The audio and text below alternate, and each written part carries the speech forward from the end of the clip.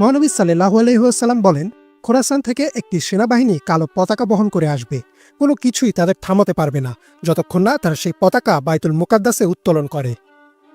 হাদিসটিতে দুইটি গুরুত্বপূর্ণ বিষয় রয়েছে। প্রথমটি হচ্ছে, মহানবী সাল্লাল্লাহু আলাইহি ওয়াসাল্লাম বলেন, কালো পতাকাধারী একদল সৈন্য আরবের পূর্ব দিক অর্থাৎ খোরাসান থেকে আসবে।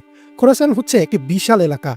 বর্তমান ইরান, আফগানিস্তান ও তুর্কমেনিস্তানের কিছু অংশ নিয়ে তৎকালীন খোরাসান গঠিত ছিল। এই পুরো অঞ্চলটি প্রাচীন পারস্য সাম্রাজ্যের অংশ ছিল।